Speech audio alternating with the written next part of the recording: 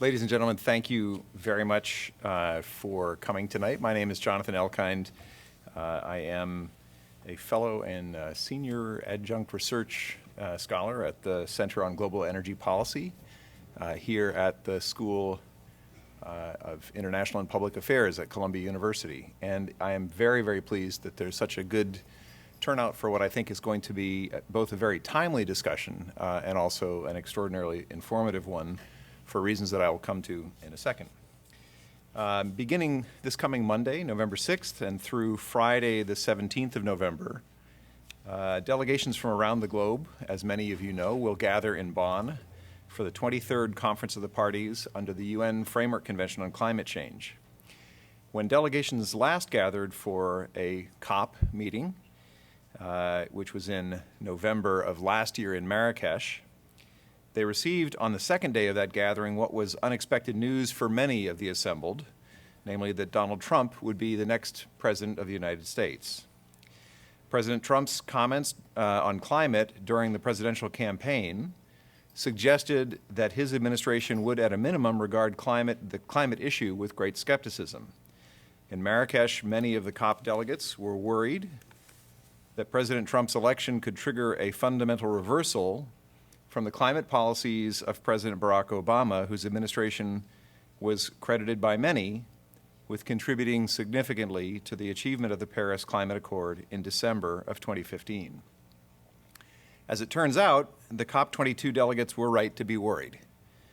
On June 1st, 2017, speaking in the Rose Garden before an enthusiastic crowd of administration officials and political supporters, President Trump declared his intention to have the United States withdraw from the Paris Climate Agreement. Those inside and outside the administration who had hoped that President Trump's campaign rhetoric would be replaced by more nuanced policies once he entered office found themselves disappointed. Instead of heeding the views of many leaders from Fortune 500 companies, many of who argued that it was better to be at the negotiating table and to take advantage of the flexibility inherent in the Paris Accord. Instead of that, President Trump attacked the agreement, claiming it was a job killer. In the succeeding weeks and months, the administration has subsequently layered one action on top of another. The decision to abandon the Clean Power Plan that President Obama introduced in 2015, a proposal that is now being considered by the Federal Energy Regulatory Commission to subsidize coal-fired power plants, an effort to revisit and likely roll back the CAFE vehicle efficiency standards, calls for tariffs on imported solar panels, which could chill the development of solar energy projects in the United States, and others. Despite this clear shift in policy, many American states, cities, corporations, and universities have decided to view those decisions as a call to arms. Many have declared we are still in, and we'll hear more about that in the course of the discussion.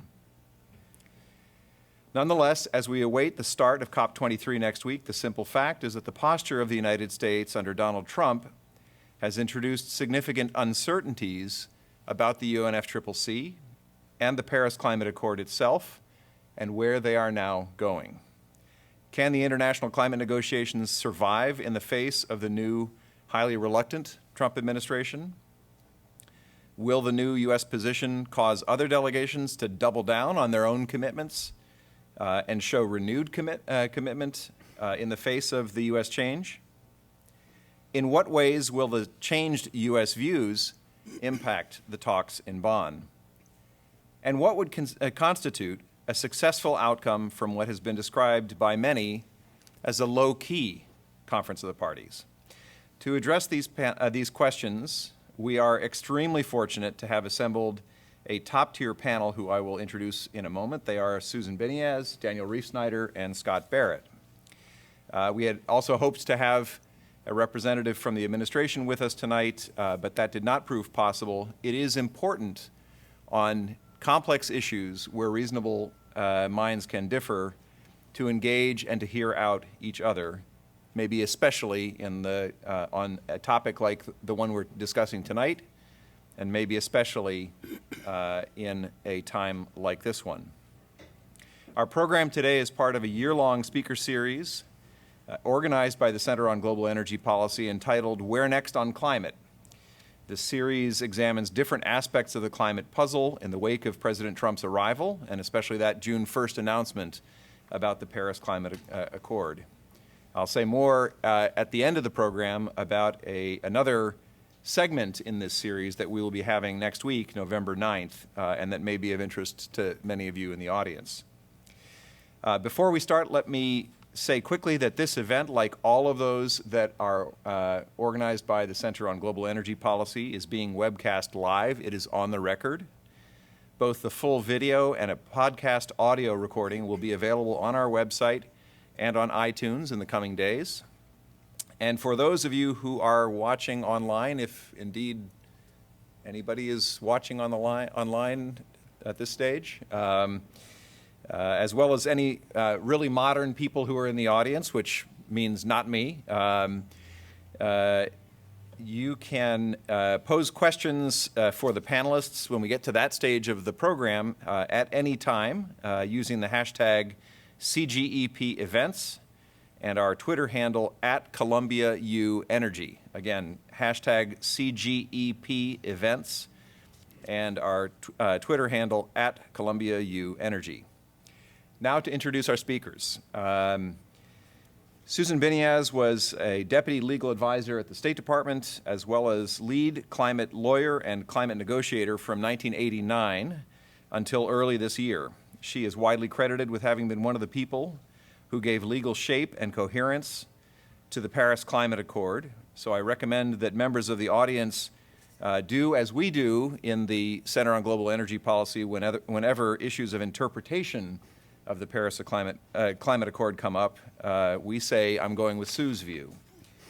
Sue is currently a senior fellow at the UN Foundation and is on the adjunct faculty at both Columbia and Yale law schools. In addition to her extensive work on legal aspects of the environmental and especially climate issues through her career at the State Department, she also focused on what I found to be a crazy range of different issues, I think you will agree, from legal issues related to the Middle East, to diplomatic law, to outer space, to law of the seas, human rights, piracy off the coast of Somalia, law enforcement, and private international law, quite a range.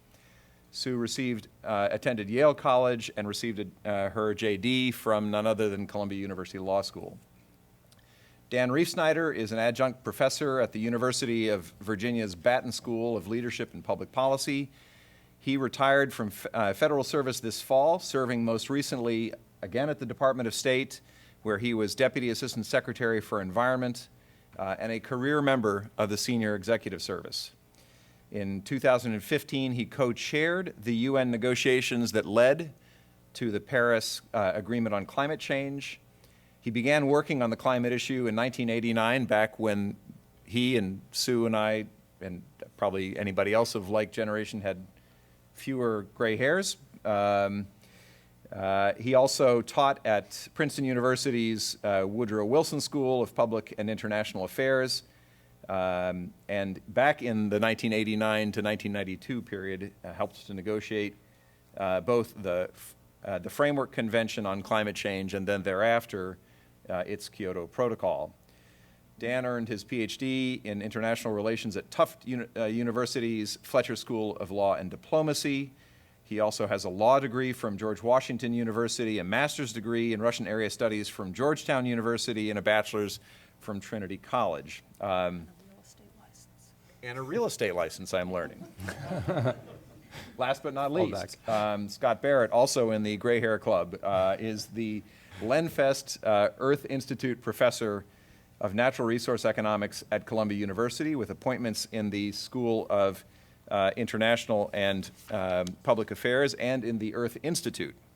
His research focuses on the design of institutions to address global problems requiring international cooperation.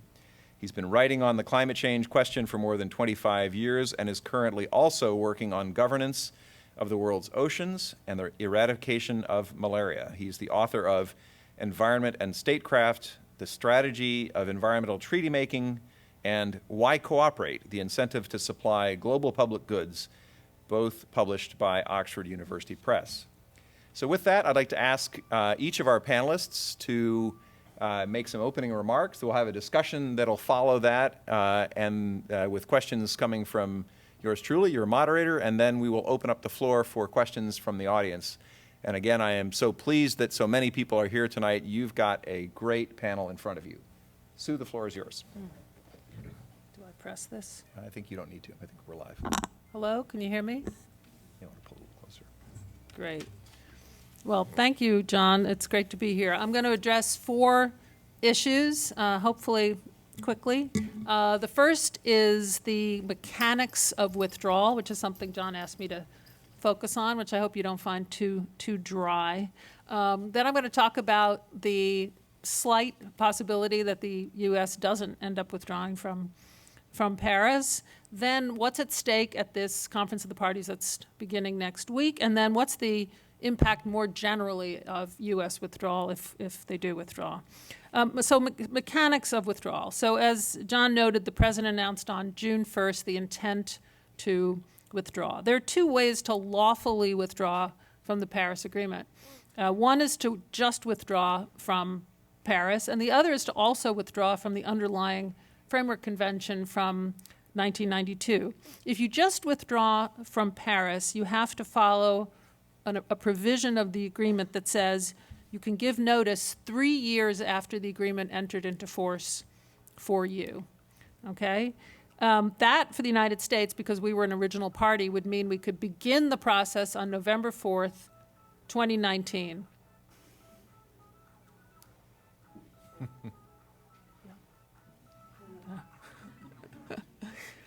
So you could begin the process November 4th, 2019, and the withdrawal would take effect 1 year later, November 4th, 2020, which many people have noted is 1 day after the next presidential election, ironically.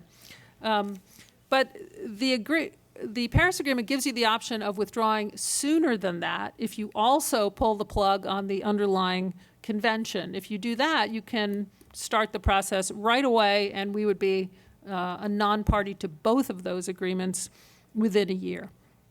It wasn't completely clear when Trump made the original announcement which one it was going to be, because he said, we'll withdraw from Paris, I think, in accordance with its terms, but Paris allows you to withdraw in 2 different ways. But subsequently, the U.S. government has made clear in a note to the UN Secretary General, which is the kind of the holder of ratifications of the Paris Agreement, that it looks like they're only going to be withdrawing from the Paris Agreement. So that's point 1.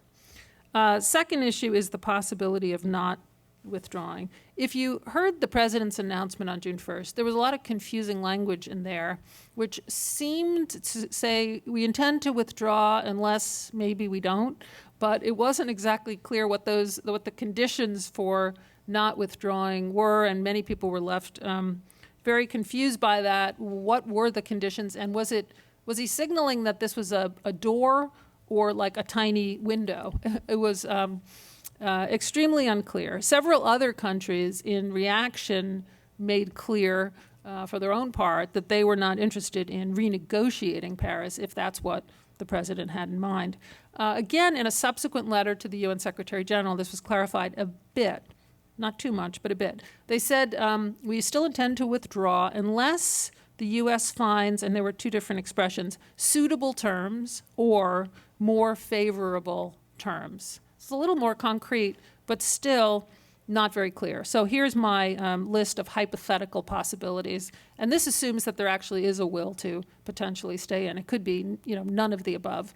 But hypothetically, it could mean renegotiating the agreement itself. The U.S. hasn't really ever said specifically what's wrong with the agreement. They haven't said, this agreement is terrible because Article 10 says whatever. So I think this option is very unlikely, and also because the other parties have said they're not interested in renegotiating the 4 corners of the agreement. So I sort of set that one aside, but it's hypothetically an option.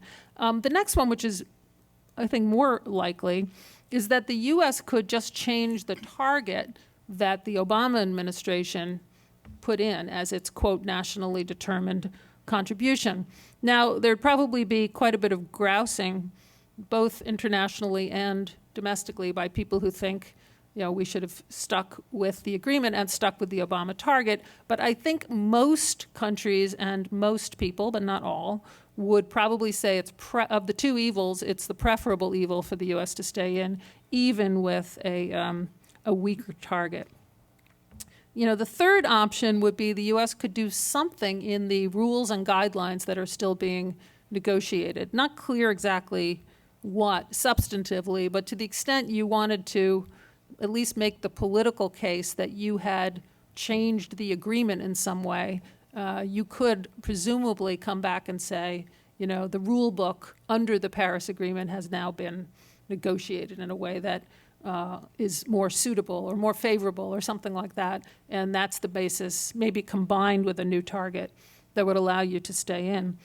The fourth option would be to do something outside the global agreement entirely, maybe do something bilaterally. I mean, if you're just talking about suitable or more favorable terms, that's quite unspecific, and it could just be you did some deal with China, for example, relating to clean energy or climate or something, and you declare that you have now fixed the Paris Agreement in some way. I think most people don't follow this closely enough to really know the difference between fixing and fixing, or a combination of all of the above. Okay, so my third topic is what's at stake at the COP that starts next week. I think there's not too much at stake at this upcoming COP. There's several open issues under the agreement that are being negotiated, but they won't be decided this year. So I wanted to tell you why won't they be decided this year, and then what are they? They won't be decided this year because the original Paris Agreement was not supposed to enter into force until 2020. There was a clause in the entry into force provision that said you need 55 countries, you need 55% of global emissions, but in no event will the agreement enter into force before 2020, and that was largely because the mandate for this negotiation, the Durban platform, the deal in that mandate for the larger developing countries was they did not want to be bound by a new agreement any earlier than 2020. But at the last second, that clause disappeared kind of mysteriously. Then we noticed it when we were going through the document, but we figured it's not really our position to raise it. We were okay with having it enter into force earlier. Now, if it entered into force in 2020, there would have been plenty of time for everybody to join. You would have had like 4 entire years. You could have gotten all the rules and guidelines done. So at the point when the parties met for the first time under the newly entered into force Paris Agreement, they could have adopted those rules and guidelines, and everybody would have been a party, and everybody would have had a vote, to be part of the decision making. But what happened was the 2020 clause dropped out. All of a sudden, the agreement entered into force 4 years early, in 2016. And so at the point when 55 countries entered the agreement into force, if you subtract 195 minus 55, you end up with, I think, 140 countries would have been non-parties, and they would have not had a vote or voice in the adoption of the rules and guidelines. And maybe even more importantly, the rules and guidelines weren't even close to being ready. So for that reason, the parties decided last year, hey, let's wait 2 years until we adopt these rules and guidelines. That will give us 2 years to actually finish them. And it will also give a reasonable amount of time for countries that are not yet parties to become parties. So 2018 became the deadline, the new deadline, to finish up all the work. So that's the reason why this COP is kind of in an off year in terms of final decisions. So while there will be work going on, and the groups may individually sort of reflect their progress in some way, there won't be actual decisions being taken at this COP. Well, just to give you a flavor of what some of the issues are that are open, one of them is the transparency system. That's basically reporting on emissions, reporting on progress in meeting targets. A couple issues were left open. I mean, like the details, the specifics of what needs to be reported, how is the review going to work. The Paris Agreement says there will be flexibility for a subset of developing countries. Those that need it because of their capacity What is that flexibility? How do you decide who gets the benefit of the flexibility? Those issues are all being negotiated right now. Mitigation. One of the issues left open from Paris is whether there should be harmonized timeframes. Right now, everybody is deciding when their target is coming due. So, for example, the United States picked 2025, China picked 2030. There was no rule on what year you had to follow, and some countries think that it would be better if there was some kind of harmonized schedule for everybody's target. So that's an example of an open question.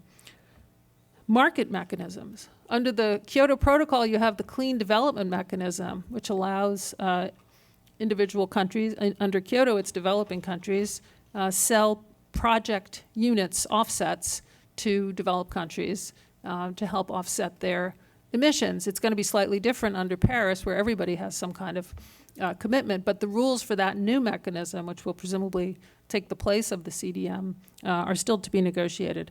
And then just one more example is there's going to be a committee looking at implementation and compliance, and it's still to be figured out which provisions is it going to be looking at. Who can bring an issue before the committee? What can the committee do once it has the ability to look at an issue?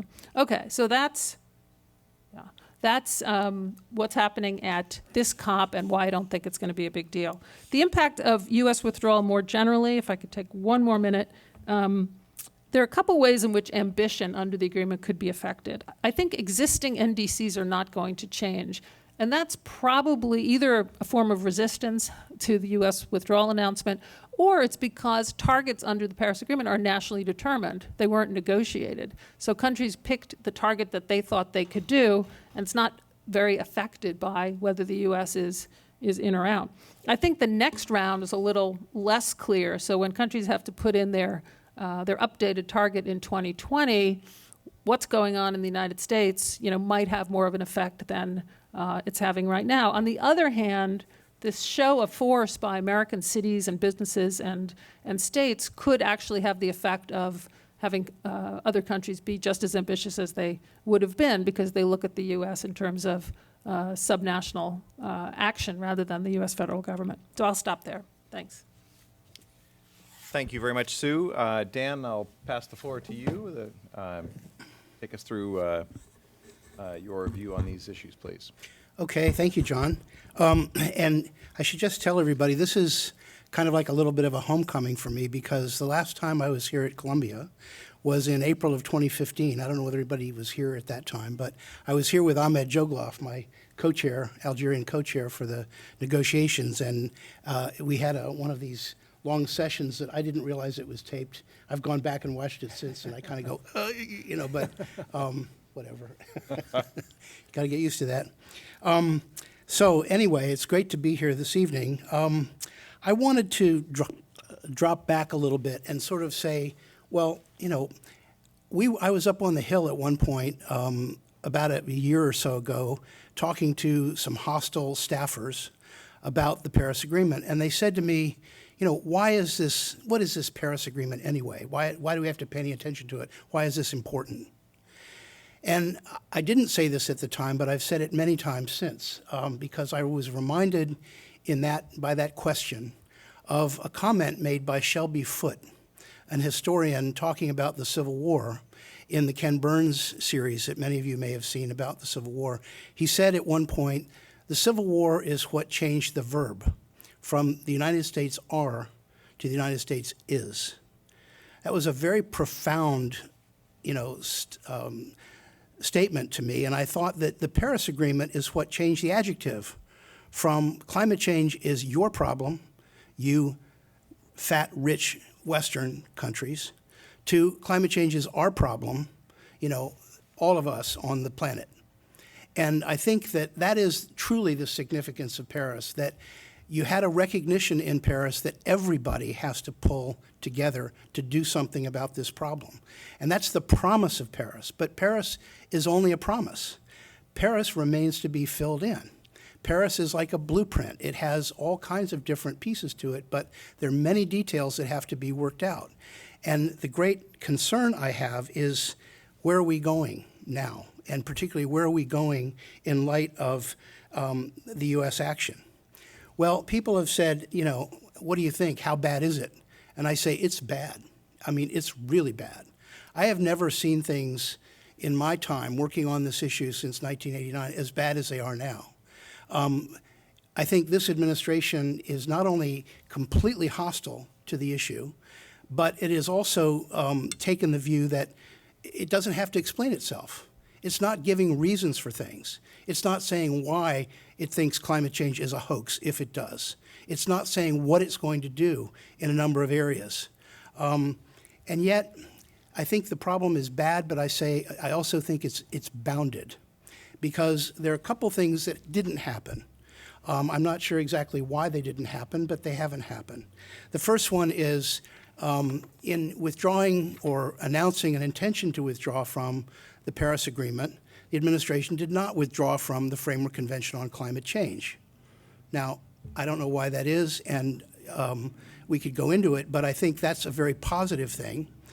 So I would say that the issue is bounded in that sense. We remain a party to the Framework Convention on Climate Change. We remain engaged with the world community in pursuit of solutions to the problem, and we have to act. There are requirements under the Framework Convention itself. The second reason it's bounded is we have the Clean Power Plan, which was thrown out by the Trump administration, and yet they have not yet thrown out the endangerment finding, which basically said that CO2 is a problem and it needs to be addressed. Now, that's very interesting, because the administration, in not throwing out the endangerment finding, has to come up with actions it's going to take to address CO2. And what are those actions going to be? Well, they haven't said yet, like they haven't said many things. And I think those are two areas where it's very legitimate to question, what are you going to do? What are the conditions that would keep you in the Paris Agreement? What does have to change in your view? What are you going to do about carbon dioxide? Those are the questions, unfortunately, I think not enough people are really asking this administration, and I think the pressure really should be turned up, because the heat is on them by having said we're withdrawing from Paris, or we intend to withdraw from Paris, as to what's going to happen next. So I get to be provocative. This is nice. I retired in the beginning of September, so I can kind of say a little bit of what I think these days, and it's quite new to me. So I say it's bad, but it's bounded. Another reason it may be bounded is because this administration may be limited to 4 years. I mean, that in itself is a bounding exercise, and I think that would be a very positive thing for the climate system. But on the other hand, it's interesting, because I don't know that this administration had to go the way it's decided to go, at least thus far. Back in March, if you recall, there were 3 statesmen of the Republican Party, Jim Baker, George Shultz, and Hank Paulson, who went to the White House and said, what we need is a carbon tax. And it needs to refund money to individual citizens. And this was something that I think was incredible, that was proposed by Republicans to a Republican administration. And it got about this much airtime in the White House, but there's no reason it shouldn't have gotten more airtime. And there's no reason, frankly, that this administration couldn't wake up and come back to a reasoned position on the climate issue, because it can't be done by Democrats alone. So how impactful is the U.S. withdrawal? Well, I think in the near term, it's not as bad as we think. I think that Sue is correct, that we're going to continue to see nations implement their nationally determined contributions. I think that we will have to come up with whatever our nationally determined contribution is going to be, unless we decide we're just not going to do that, which would be rather interesting, because, once again, what are you going to do, U.S.? I think that's the question everybody's going to be asking. But I think the area where it's going to be especially difficult is with regard to finance, because finance is the glue that kind of holds this whole thing together. Developing countries agreed to take actions and so forth, but they are looking in many cases, to finance, both public finance and private finance, to help move the issue forward.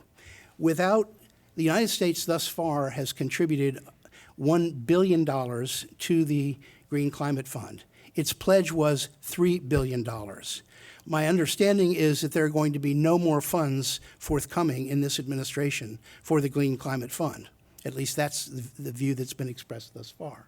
So that's going to be a real problem for the process internationally, because if the United States doesn't participate, doesn't contribute its share, other countries, I think its partners are going to look at this and say, well, wait a minute, why are we contributing if the United States isn't contributing, and so forth. I think that's going to be a very serious problem.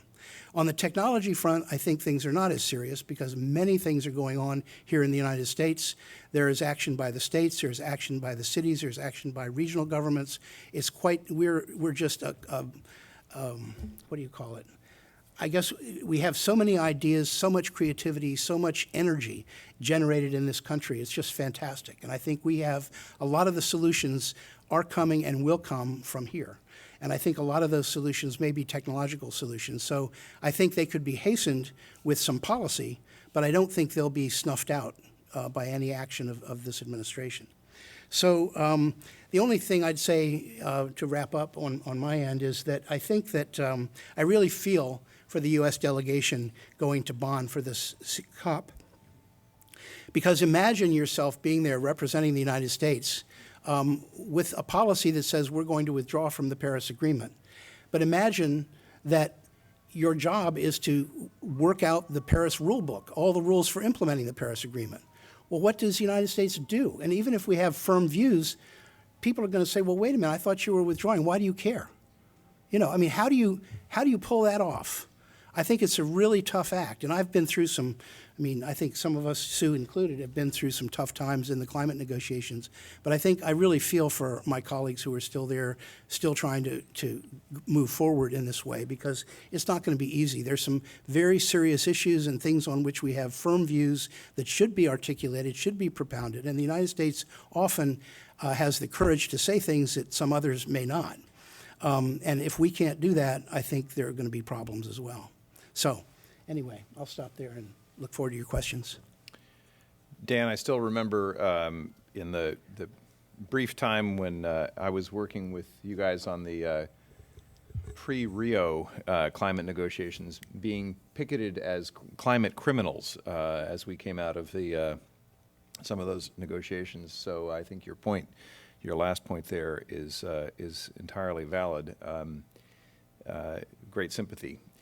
Scott, we'd like to ask you to bat cleanup in terms of the initial presentations that you've been watching these processes for a long time and trying to tease out the lessons and the possibilities. So please, the floor is yours. Thank you very much. Thank you, John, for organizing this and the Center for backing it and for this great panel and for everyone for coming, and my apologies for being a couple minutes late. So I'm actually used to be able to say what I want to say. I don't represent anyone except myself.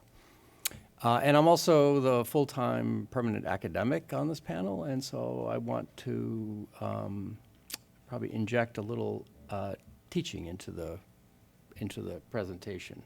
But first I want to answer the questions that were set for me. So John sent me 3 questions. I want to make sure I answer these. Will the Paris Accord survive without the U.S.? Yes. Is the process better off without the U.S.? No. How do other countries sustain momentum in the Paris Accord? With great difficulty.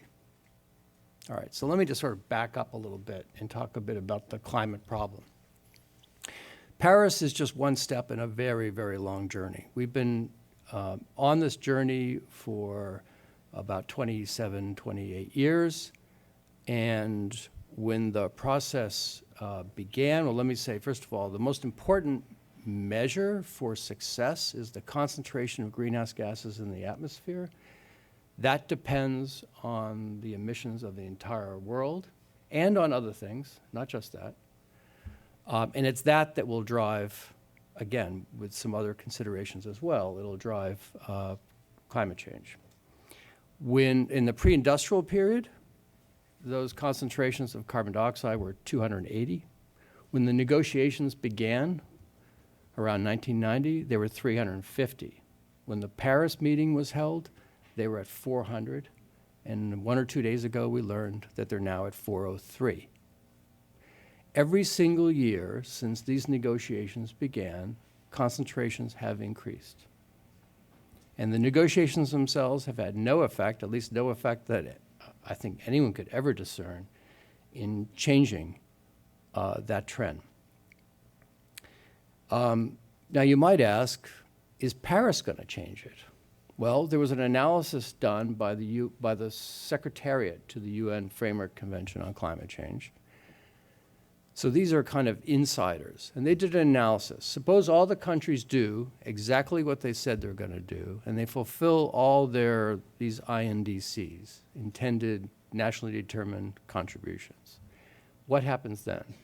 By their own analysis, global emissions keep rising through 2030. It is impossible to stabilize the climate as long as global emissions keep rising. In fact, to stabilize the climate, global emissions have to fall towards zero. So we are actually going in the wrong direction. And that is assuming that countries fulfill their obligations under Paris. So why do people think Paris was a success? One reason is that the world agreed on a collective target. And the target they agreed on was that the world should act together to keep global mean temperature within 2 degrees C relative to the pre-industrial level. By the way, it's worth pointing out that in 2016, global mean temperature was about 1.3 degrees higher, and that even if we brought emissions to zero today and kept them there, they would keep rising about another half a degree. So just sort of pause and think about these numbers, because it's virtually inconceivable that the world is going to stabilize global mean temperature at 2 degrees C. I can't see how that's possible. The projections that were also presented in Paris from the same secretariat showed that it would be possible with some probability, like about 50%, if everything the world did changed abruptly in 2030, and we ended up breaking from this trend I've described in the past and drove emissions towards zero. They'd actually have to go below zero. You'd have to have negative emissions, so we're taking CO2 out of the atmosphere. And even then, we'd exceed 2 degrees C with at least over a period of time. And we're nowhere near any kind of scenario like that. But we did have a global agreement that this is what we should do. And I think it's almost a miracle that the world can agree on anything. And they have agreed. And the world has also agreed, and this is giving voice really to the Framework Convention on Climate Change from 1992 that says that we need to act collectively to avoid dangerous interference with the climate system. So there is this will to act. And yet, the pledges that countries have made, even if they're fulfilled, guarantee that the world won't achieve the goal that the world has said we must achieve. Right? That is our situation. Now you might think, this is crazy. How does this happen? Well, this happens because this is a collective action problem where all countries can agree on where we should go together, but each one would rather that others carry the load, or to put it differently, each one is unwilling to make too great of a sacrifice unless assured that others are making a sacrifice. So an arrangement like this causes countries to look over their shoulders an awful lot. Now, what effect will Paris have on this? Paris has one, I would say, new kind of innovation to it, and it's about countries making these pledges that are nationally determined, as we heard. And there is no real enforcement mechanism here, except for something that I will call naming and shaming, where there might be some and this is about the rules of the transparency framework that Sue referred to. There might be some calling out on people or countries, or you're not really quite doing what you said you were going to do, you're not really pledging to do enough, something like that. I suspect that those mechanisms in the agreement will also probably be watered down, but we'll see. In any event, you might ask, well, what is the effect of this on this collective action problem? Well, we can wait for the world to act, but I can bring this into a laboratory and do experiments with people and find out whether a process like this would change how they behave. So I've done that. And what I find is that the review process changes what people say. So it changes the goal they set for their group. It changes the pledges they make as individuals. But it doesn't change what they do. Now, this doesn't mean that there's a serious flaw in Paris. I actually like Paris. I think it's a very good agreement. I think for an agreement that people were aiming for, it was the best we could do. And I'm 100% convinced it's not enough. So we need to not revisit Paris so much as try to develop different kinds of agreements around it. Now, let me just turn to the Trump decision. One thing you see in these experiments is that there's a strong, there's a reluctance for most people to want to just blatantly free ride. They understand that if everyone does that, the result is bad for everyone. So what you tend to see as the most common impulse is what you could call a conditional cooperation. So I'm willing to cooperate if others do. Another thing you see, though, is if someone in a group doesn't cooperate, the others, their cooperation crashes. So this is what I think is going to happen. We don't know because, the future is very hard to predict. But I think the Trump decision, which is largely symbolic because the obligations are, he could have pulled back the Clean Power Plan and still stay within the agreement. So it's much less about what the U.S. does than what it says, but nonetheless, the total of all this effect, I think, is to take the wind out from the sails of the global effort to reduce greenhouse gas emissions. And I think that's very serious. Now, you might say, well, other countries are saying, well, we have to redouble our efforts, and other states within the U.S., California and so on, they want to act. And I understand that desire and that impulse, but don't underestimate the effect of the world's only superpower withdrawing its support from a global effort. One last thing I want to say, if I have the time. I think the situation, which I've described as being pretty bad, is even worse. One thing that was a kind of a bright spot was the negotiation that most people didn't pay attention to in late 2016 in Kigali for an amendment to the Montreal Protocol, which is a treaty to protect the ozone layer to limit hydrofluorocarbons. The reason this agreement is very good is that the Montreal Protocol is designed differently and does incorporate an enforcement mechanism through a trade restriction. Now, this is not going to solve the climate problem, but it will be effective, and I had hoped that this would open the door to the negotiation of other agreements that are like this, and you could see this as being supplementary to the Paris Agreement. And I think we should give Paris all the support we can. Let's get what we can out of it, but we also should be negotiating these other kinds of agreements. Well, as I was preparing to come today, I did a little research on what's been going on with HFCs. Dan and Sue probably know more about this than John, but what I've learned is that the Trump budget would actually cut the funding that would be available to the U.S. government to meet its obligations for the multilateral fund of the Montreal Protocol, and that a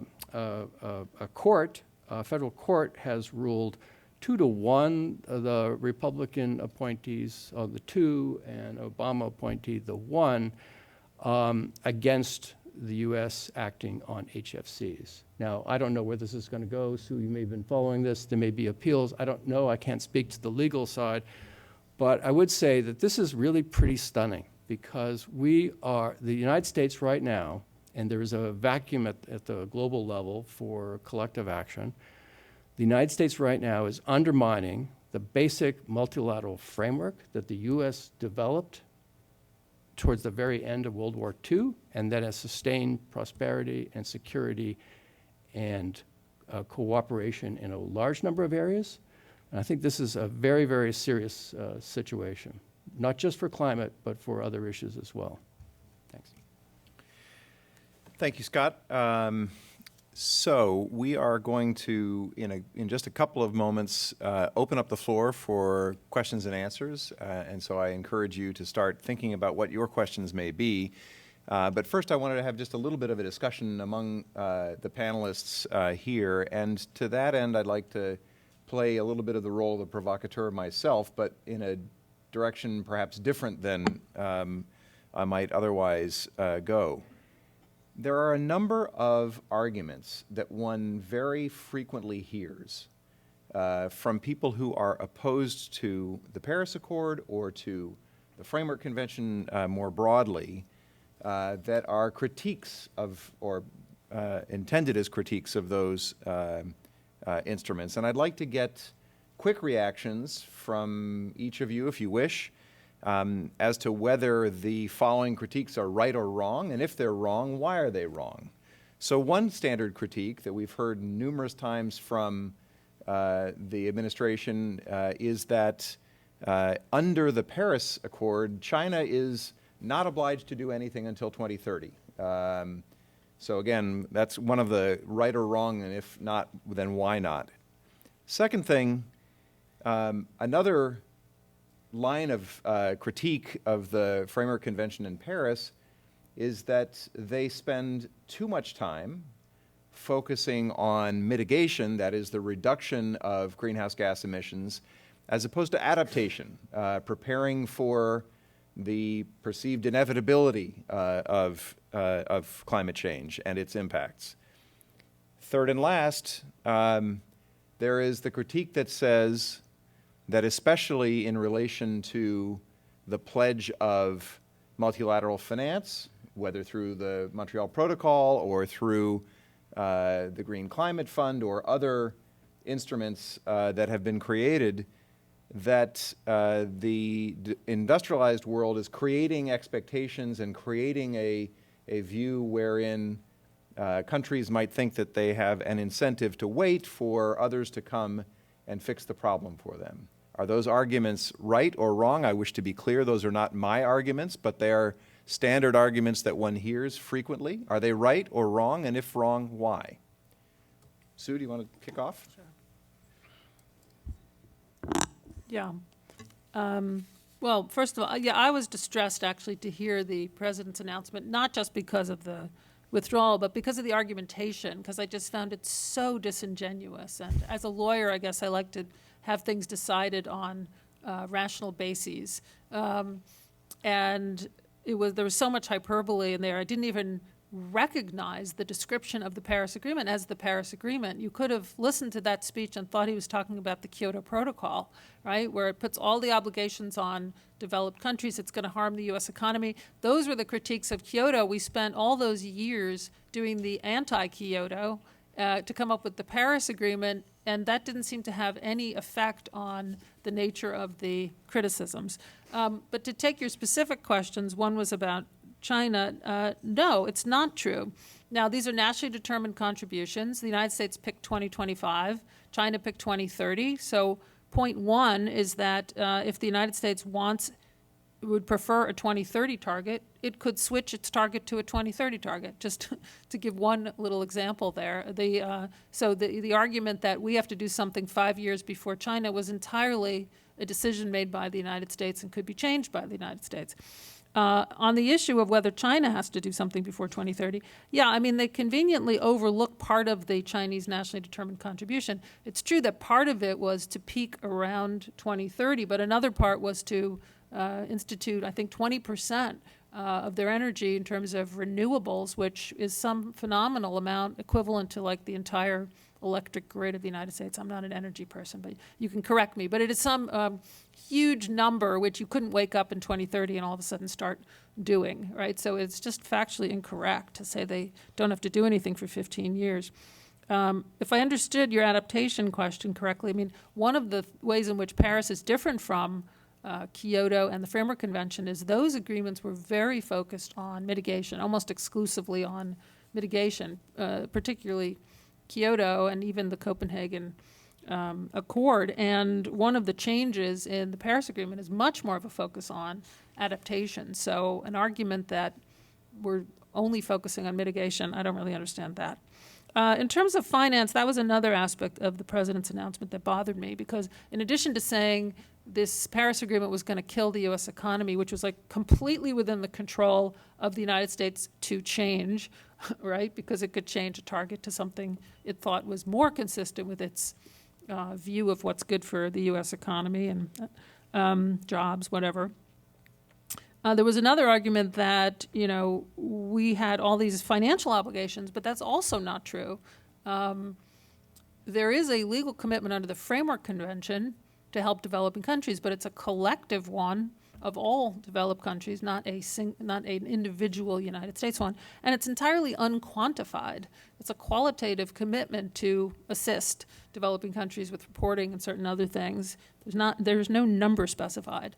The numbers were a feature of the Copenhagen Accord, which were continued in Paris, but not in the agreement, kind of on the outside of the agreement in non-binding fashion. So there is absolutely nothing in the Paris Agreement that obligated the United States to pay any particular amount of money. So the other main critique in the president's announcement, which was this is going to, decimate the taxpayer or whatever, the Treasury of the United States, is also completely unfounded, because we could completely unilaterally decide not to pay any more money to the Green Climate Fund. Now, it could have the effect that Dan's saying, which is it wouldn't be a good outcome, but it's not an inherent flaw of the Paris Agreement. Thank you. Dan? Yeah, I'd like Stuff to add? to really talk about this China doesn't have to do anything until 2030 argument. It's one of my favorites because it's like I used to drive to work in the morning, and I was supposed to be there at 9 o'clock, and I was at like 8:59. I'm still 25 minutes away, but I could look at myself and say, well, I'm not late yet, and it reminds me of this whole thing about China. In other words, you can't wait to 2030 to take action if you have a large amount of work to do. And to give you an idea of how much work is involved for the Chinese in coming up with just the portion of their commitment that relates to renewable energy, as I was looking at it today, I think China has to install 670 gigawatts of solar and wind power by 2030 to meet this. 670 gigawatts. Okay, the installed capacity, electric capacity of Germany is about 200 gigawatts today. That's over 3 times the installed electric capacity of Germany. The United States installed capacity is around 1,000 gigawatts. So it's a little more than half. It's more than half of the installed capacity of the United States. You can't wait to 2030 to take actions like that. So when people say, well, they don't have to do anything until 2030, I just say, what? I mean, I don't get it. So if someone does, please explain that one to me. Okay. Second, on the mitigation versus adaptation. Yes, I think that Sue is entirely correct. A huge amount of the focus of the Paris Agreement was on adaptation. And you will see adaptation woven throughout the agreement. And the reason is because about 20 countries are responsible for about 80-some% of global emissions of greenhouse gases. 197 countries we hope will be party to the Paris Agreement. All of them are affected by the impacts of climate change, the adverse impacts of climate change. So adaptation applies to everyone, including the vast majority of countries who don't contribute to the problem. So adaptation is huge, and it has to be huge, and it will remain huge, and it's getting bigger with the kinds of problems we've seen in this country just this fall.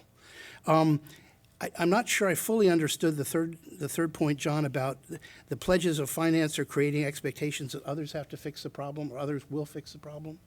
The argument, such as I've heard it, is that countries that can be passive and wait for the industrialized world to come in and fix my problems with climate change in my country. Well, I don't think the island countries would agree with that, for example, because for them this is an existential problem. And I think that I just don't see it. I mean, we've been at this since even before 1989. It's a long-term problem, a long-term proposition, but I think increasingly all countries are realizing they have to act in their own self-interest. They have to act to shore up their adaptation responses, for example. They also have to act to address their greenhouse gas emissions. China has to do that partly because of the climate problem, but in a large measure because of the local pollution problems it's got. So there are other reasons for taking these actions. Thank you. Scott, over to you, please. Yeah, thanks. And don't feel obliged to hit every No, one I'm going to, unless you thank so you, John. desire. I'm actually going to do 2 out of 3, and I'm also going to try to say things that are a little different from what we heard or add to what we heard. First, the preamble. The announcement and the way it was given was largely symbolic, and I think that was its purpose. It wasn't so much about real change. It was much more of a way of communicating to certain people that the United States is not going to be pushed around. And I think a lot of people probably really liked to see that. I'm guessing they liked it. But what's so amazing about this is that Paris doesn't push anyone around. I mean, that's my criticism of it in a way, right? Because there's no enforcement. The obligations are ones that you yourself declare. So imagine I asked you to decide how much you want to contribute to some collective enterprise. You choose that number, not me. And if you don't fulfill your obligation, nothing happens. I mean, maybe this naming and shaming, maybe it'll deliver something, but nothing happens. The agreement, the reason it's successful is because it turns the whole problem around back to individual states. We've got this collective problem. What are you going to do about it? But it's not a system where there's enforcement, where obligations were shoved down countries' throats. And the U.S., like other countries, can change its pledges. China is no different from the United States that way. So that is, there's no basis at all to that complaint, or really to the withdrawal, except for the symbolism. And the other one I wanted to mention was this discussion of adaptation, because that's something, in a lot of ways, not a lot has changed in our negotiations over 25 plus years. But one thing that has changed is that the word adaptation appears with much more frequency now. And why is that? It goes back to what I said before. Concentrations have kept rising. The climate is changing. The process of negotiation to limit global emissions has not worked. That's why there's all this discussion about adaptation. Adaptation, though, countries have very strong incentives to do their adaptation on their own. There are issues of capability and obligation, moral obligation. But adaptation, you're going to see that everywhere. And you don't need an agreement to promote adaptation. What we're not seeing is what we need, which is more strength in action to get to the root cause of the problem, which is global emissions. Thank you, Scott. Okay, I'm going to open up now for questions from the audience. And there's a microphone that's over here. If you have a question, I'd encourage you to please start strolling over in that direction while I do the following bit of housekeeping. For those who are watching online, which I think is happening now, excellent, or listening to the podcast later, my name is Jonathan Elkind, and I'm from the Center on Global Energy Policy. I'm here with Susan Biniaz, our first speaker, who is former State Department climate lawyer and lecturer in law with Columbia University Law School and Yale, that other university nearby. Daniel Reef-Snyder, former co-chair of the Paris Agreement negotiations and former Deputy Assistant Secretary of State for Environment. And last but not least, Scott Barrett, Lenfest Earth Institute Professor of Natural Resource Economics within the School of International Public Affairs. So as you know, those of you in the audience, we're discussing where next go the international climate negotiations. And so I would like to again invite those of you who are watching online, if you wish, to pass in a question using the hashtag CGEP events and our Twitter handle @ColumbiaU to ask a question. Now, the floor is open, the pool is open, so the water is warm. Please, by all means, come over to pose a question. And if you wouldn't mind, just walk on around here, and you can, that way we can have people queued up. Please, go ahead. Would you introduce yourself and hit us with your question? Sure. And please keep them to be questions, keep them quick, then we can get through more of them. Hi, thank you for being here today. I'm Ella. I'm majoring in environmental studies at New York University, and I'm wondering, so while it's fantastic that independent states and corporations in America are taking action on their own, and it's also important to lobby our local representatives to implement climate-friendly policies, it's not likely to be successful for the entire country or even a majority of the country. And as Dan said, Democrats can't do this alone. So how do we compromise with people like Myron Ebell, who transitioned the Trump administration EPA, who is the self-labeled #1 enemy of climate change alarmism? And what do you say to those who feel we shouldn't have to compromise on our environment and our future, especially when circumstances are already so dire? Thank you. Thanks. Who cares to lead off?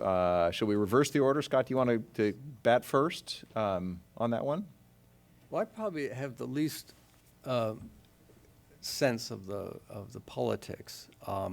I think, I mean, I'm just incredibly naive, but I think there are certain people we'll never convince, and I'm not particularly interested in engaging with people, for example, the claim that climate is a hoax. We have problems. We have to solve them. What are we going to do about them? I mean, that was what Dan was saying about the endangerment finding.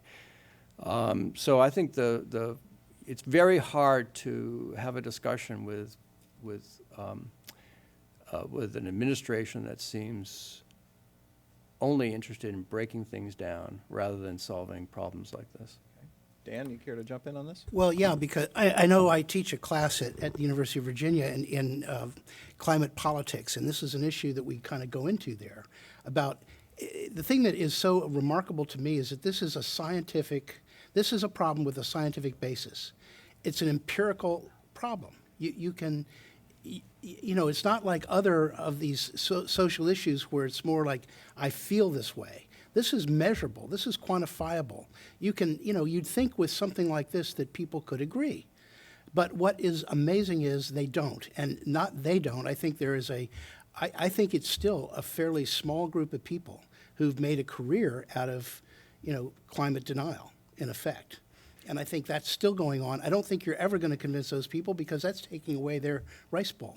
I mean, Dan, is there a pathway that would be more about emphasizing solutions? One of the views that one hears from conservative commentators is the people who are worried about climate are trying to tell me that my lifestyle is bad, I'm bad, this is bad, that's bad. Why don't we focus on solutions? Can that help? I think focusing on solutions is good because when you get into some of these things, if you ask many people, I mean, people who are, I should say my age, they will tell you, as we had... Old farts, in other words. Yeah. The author of the Byrd-Hagel Amendment was very fond, Senator Byrd was very fond of saying, let me tell you something, the climate has changed in my lifetime. People recognize that there's a change in the climate system. And we're seeing an increasing number of extreme weather events, increasing intensity of extreme weather events. People get that. The question then is, well, what do we do about it? Some people say, oh, well, we have weather changing all the time. Yes, that's true. But you don't have the system the system itself has changed. And that's what I think the difference is. So I think it's important to appeal to people on that basis, on the idea of, okay, what are the solutions? Because the solutions are actually going to be good for you, Right. You're going to Yeah, come would back you in? mind just a very quick one on the solutions? This amendment to the Montreal Protocol and HFCs, that's a solution. That is a solution that is backed by enforcement for a system that works, that was created negotiated by Ronald Reagan, another Republican. That's something that works, and it had the support of U.S. industry. And still, this administration is trying to undermine that. So I think that is the problem, and I don't know how you discuss or make progress with people who are simply not willing to acknowledge or address the problems that we face. Okay. Thank you. Please, if you wouldn't mind, introduce yourself and then your question. Thank you. My name is Pian Pian Wang. I'm a legal advisor and analyst from a local consulting firm called Carbon Credit Capital. We help clients focus on developing carbon emission reduction strategies. I have two questions for three panelists. And by the way, it's a great panel discussion tonight. The first question is, do you still think the COP meeting negotiations still the effective way to solve this global problem? Or actually you think there are other formats that we can explore for these issues, negotiation. And the second question is, eventually, how should the private sector position themselves in the Paris Agreement or the following COP negotiation? Thank you for Thank two you. very crisp questions. I'm going to ask Sue to kick it off, and Dan, Scott, jump in then thereafter if you have something you want to add, please. Well, I'll answer the first one, sort of. Everybody who's participated in the Framework Convention or Paris Agreement process knows how difficult it is. It's not easy getting 195 countries to agree, and that forum is particularly difficult just given the politics and the history and all of that. So it absolutely needs to be supplemented by work outside of it in a couple different ways. First, there needs to be work on solutions that's then brought into the 195. And during the Paris negotiations, one of those fora was the Major Economies Forum that the U.S. led. It was really important to get solutions, we used to say, into the bloodstream of the major economies of the world to be then kind of imported into the larger negotiating process. So that's one way. But then you also need groups to go beyond what's going on in Paris. For example, I worked not only on the HFC amendment, but also at ICAO, the International Civil Aviation Organization. We worked on a offset program, all timed pretty much the same as the HFC amendment last year. And that was to deal with the emissions of CO2 from international aviation, which was not covered by Paris. And that's the first sectoral agreement out there. So maybe other sectors will follow, and it's a kind of a way of supplementing what's going on in the UNFCCC process. Thanks. I would say that, no, of course the COP isn't a very effective place to solve this problem. In fact, most of the time in all the years I spent in those COP meetings, I would say, this is crazy. Why are we here? Why are we doing this? This isn't how you're going to solve the climate problem. And yet, it is a place that allows all countries to give voice to their concerns. It's a place that brings people together on an annual basis. It's a way of keeping the fire stoked, if you will, which I think is very important. It's important when people take action that they realize that other people are acting. Everybody said, I'm willing to do something, but I want to make sure, Scott's doing something too. And if I can go to a meeting and I can say, what's Scott doing? And he has to answer me, that's really very positive. So I think the COP has a role. It's not the place that's going to solve the problem, but it has a very important role. The other thing is, how should the private sector position itself? Well, I think the private sector would be making a huge mistake to follow the line being taken by this administration that climate change is a hoax and we should pull out of Paris, et cetera. I think that's a losing proposition. Time will show that's a losing proposition, and that's not where most companies want to be. So I think that they should position themselves to be taking responsible actions today to address this problem. That's what I would say. The other thing is, I was surprised to hear Scott's comments about HFCs, because action on HFCs has been bipartisan in the United States for years. I mean, we've worked, Republicans, Democrats, and so forth, and frankly, even in this administration, there seemed to be agreement, and up until the time I left, that the Montreal Protocol, the Kigali Amendment, was a very important thing. It has industry support and so forth. So I'm very surprised. The only thing I could say, and I don't have any inside information, is that I did see a disconnect. I have seen a disconnect between the budget decisions being made by OMB and the policy issues being made by the different agencies. And unfortunately, the agencies haven't got the full complement of people at this point. OMB is making a lot of these decisions on budget dictates, not on policy grounds. And that's where you begin to see some disconnects within this administration in terms of what it's doing. But as I understood it, there is really no disagreement. I've run into no disagreement on the part of anybody in the Trump administration that action on HFCs is a very important thing.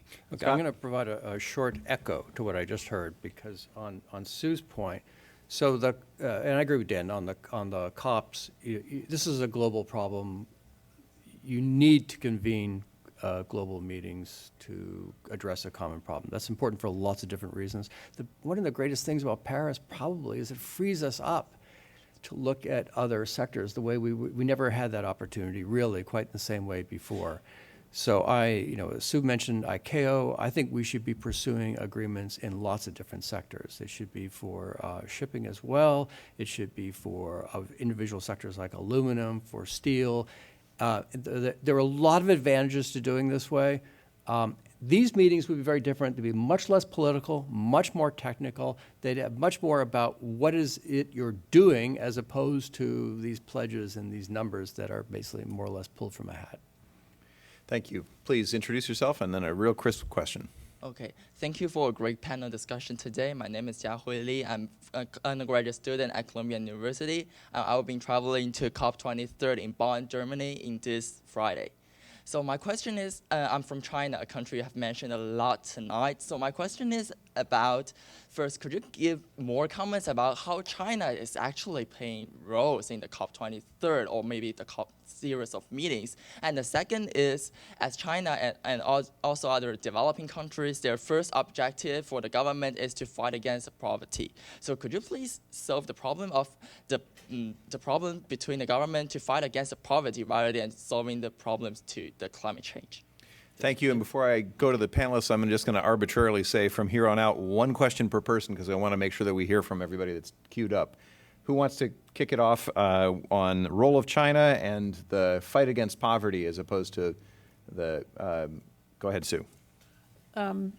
Well, the U.S. was very mindful of China's situation when we proposed this approach of nationally determined contributions, because we knew that you couldn't do a Kyoto-like agreement with major developing countries like China. Like, they were not about to negotiate their target with the rest of the world, because they would say, we have our issues, poverty, economic development, et cetera. So part of the nationally determined approach was not only that it would work for the U.S., but that it would actually bring in all the countries that you needed, and then China could decide what it was able to do given its national circumstances. So that's one.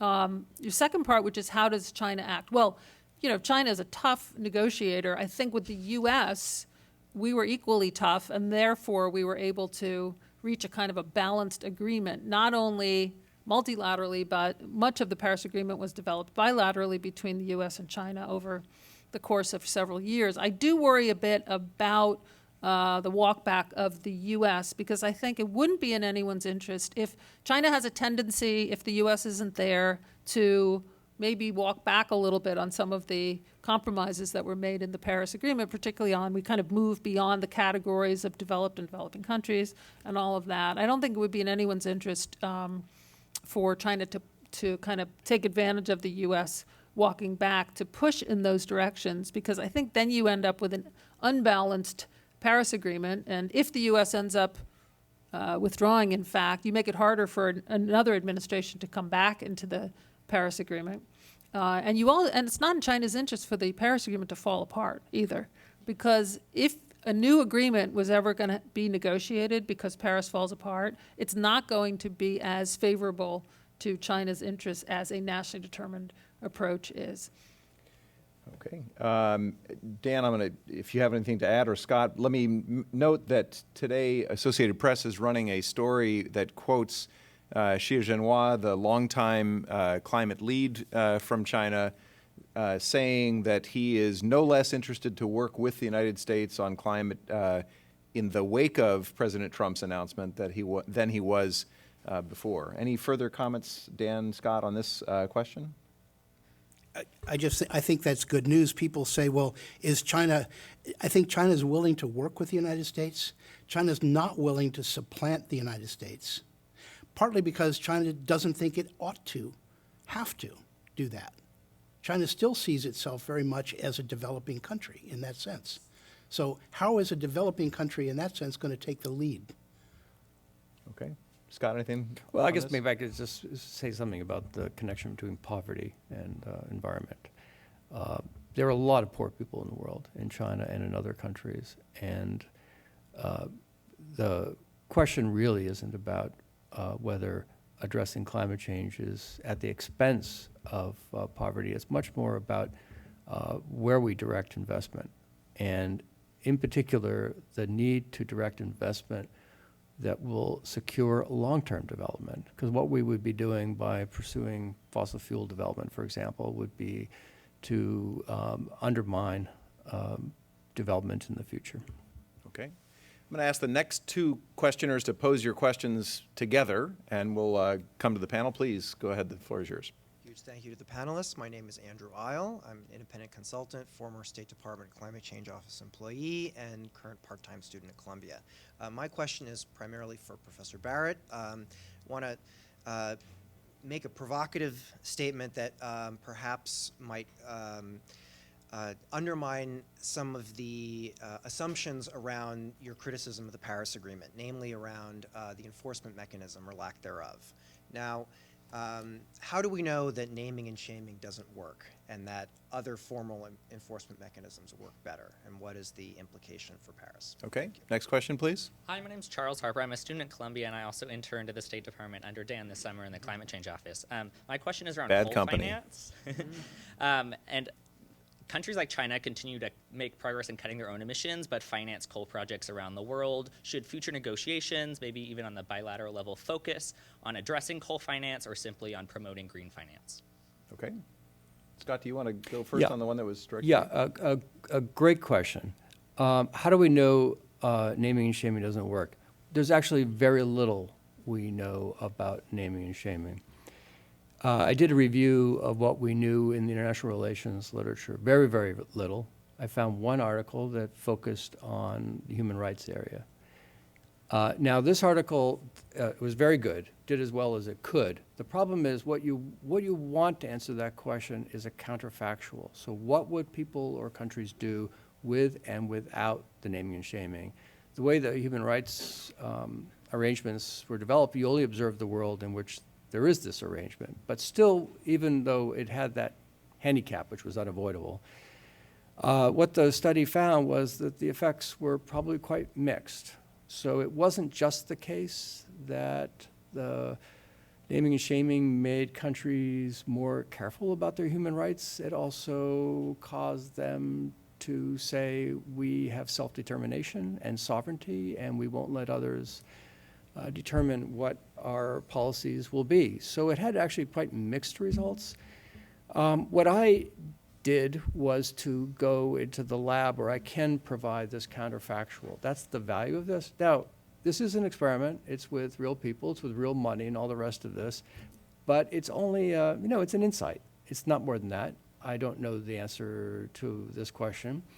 But nonetheless, I created a setting that was very, very similar to the setting that was created in Paris, and then looked at how people behave when you change the setting.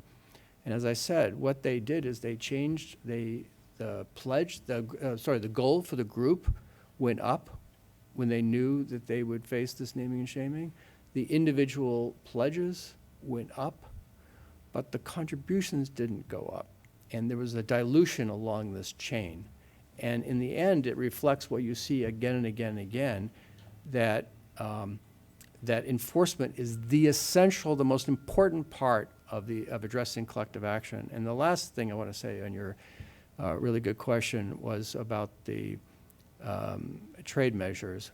I've been studying international cooperation for about 25 years. The one thing I've learned is what the international system is bad at is voluntary cooperation without strong enforcement, and that's basically what we've been trying to do for 25 years on climate. What the world is really good at is coordinating activities for mutual gain.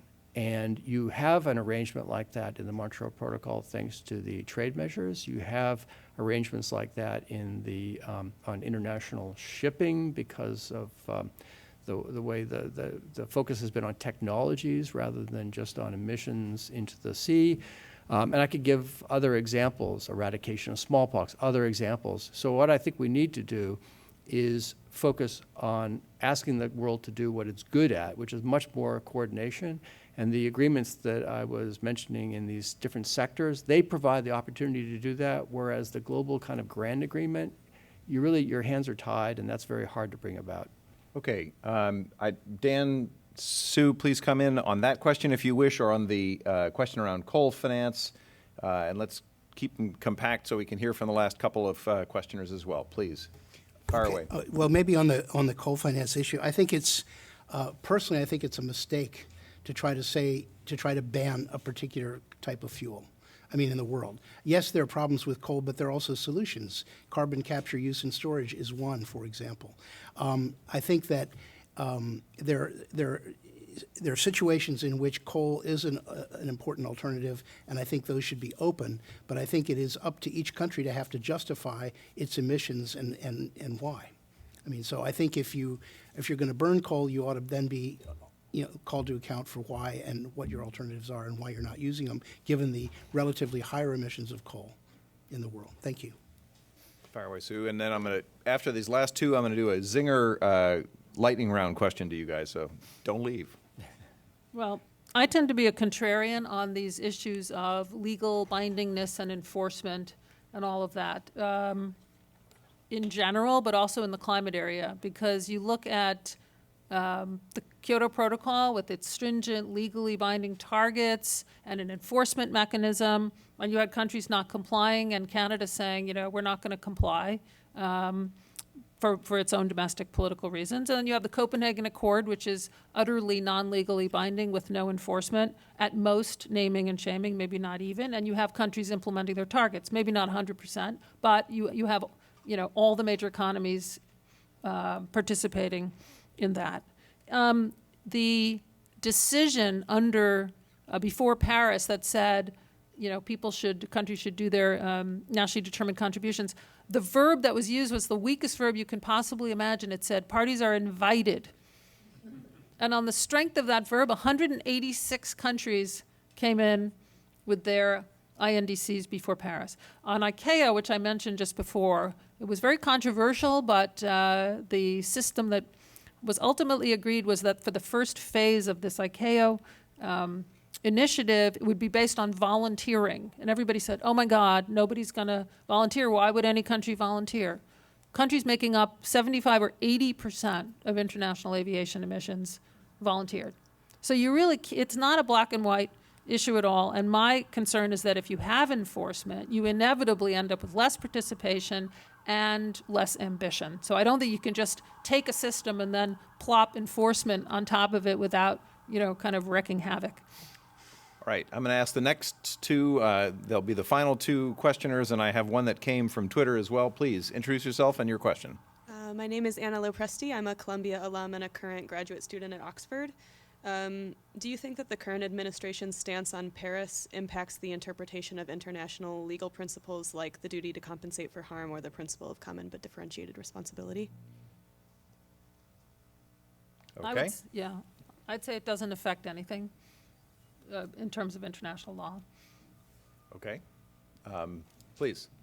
Hi, I'm Melody Brown. I work at the IRI at Columbia University. I had a question more on, I was curious to hear how you see the evolution of the negotiation and how it affected the power relation between the different parties or participants. And I'm thinking of two things. One is how I think there was a shift from a situation where it was really big country, major economies leading the discussions to a place where now a lot of the LDCs are taking a lot of space, are being very vocal. I'm thinking about Bangladesh and others. And two, how we went from a situation, to me, that was mainly policymakers to a place where now NGOs and researchers and private sector are playing a bigger role. So I was just wondering what's your view on this shift? Okay, and I'm going to throw in our question that came from Twitter as well in cluster with that last one. It'll be a little bit of an odd combination. This question goes to the degree of attention to agriculture as part of the climate regime.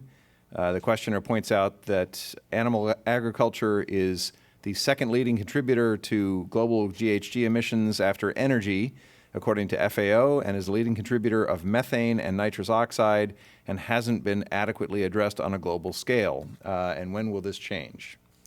So we have those two questions, and who would like to kick off in this last round of questions before my zinger closer?